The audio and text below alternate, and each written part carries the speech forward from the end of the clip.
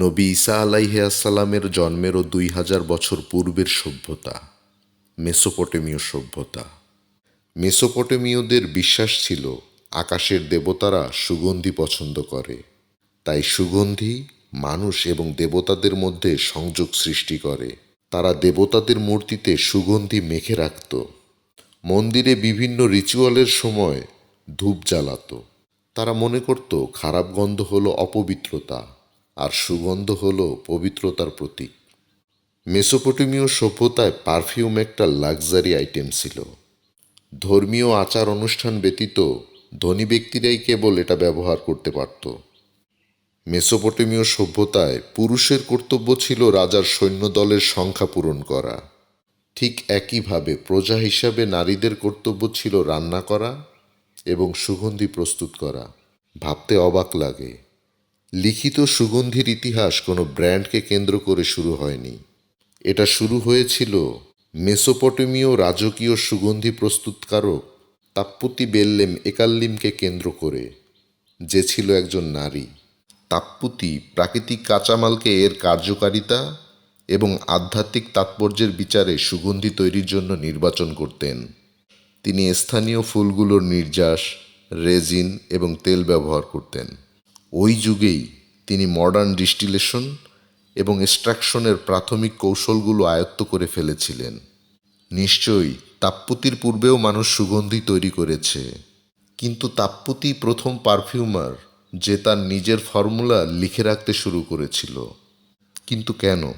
হয়তো তাপ্পুতি perfume making প্রসেসটিকে systematic করতে চেয়েছিল, অথবা পারফিউমের কোয়ালিটি এবং কনসিস্টেন্সি ধরে রাখার জন্য ফর্মুলা রেকর্ড করেছিল, যে কারণে আমরাও সেটা খুঁজে পেয়েছি। যদিও ক্লে ট্যাবলেটগুলির বিভিন্ন জায়গা ড্যামেজ ছিল, তাই সম্পূর্ণ ফর্মুলাটি উদ্ধার করা সম্ভব হয়নি। তবুও যতটুকু পাওয়া গেছে সেখান থেকে প্রাপ্ত তথ্য বিশ্লেষণ করেও আমরা হতবাক হয়ে যাই। ক্লে ট্যাবলেটগুলো লেখা হয়েছিল অ্যাসিরীয় ভাষায়। দুটি ট্যাবলেটের একটি রয়েছে ফ্রান্সে এবং অন্যটি জার্মানির মিউজিয়ামে। ইরাক থেকে উদ্ধার করা ক্লে ট্যাবলেটগুলো ফ্রান্সে এবং জার্মানিতে কী করে পৌঁছল, এটা নিজেই এক রহস্যজনক প্রশ্ন। যাই হোক, সেন্ট কালচার অ্যাসোসিয়েশনের প্রাচীন সুগন্ধি বিশেষজ্ঞ এবং তার্কিশ পারফিউমার এরগুল বলেন, মাটির ফলকগুলোতে শুধুমাত্র সুগন্ধি তৈরির উপাদানই নয়, বরং কিভাবে সুগন্ধি তৈরি করা হতো পুরো প্রক্রিয়াটি বর্ণনা করা হয়েছে। পূর্ণিমার রাতে তাপ্পুতি কিভাবে গবেষণা চালাতেন এবং কিভাবে নক্ষত্রের দেবতাদের নিকট সুগন্ধি নিবেদন করতেন সেই তথ্যও লেখা রয়েছে। তিনি উপাদান হিসাবে ব্যবহার করতেন স্থানীয় ক্যালামাস ফুলের সবুজ অংশ, সাইপেরাস ঘাসের শেকড়, গোলাপ, গন্ধরাজ, মির, লোবান, বালসাম, দারুচিনি এবং অলিভ অয়েল ইত্যাদি।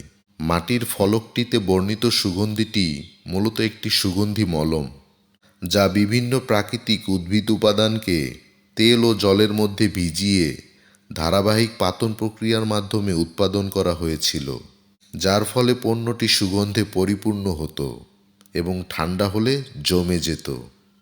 আজ তাপ্পুতি নেই, কিন্তু 1000 বছর পেরিয়ে গেলেও ইরাক সহ মিডল ইস্টের মানুষের সেন্ট প্রোফাইল এখনও একই।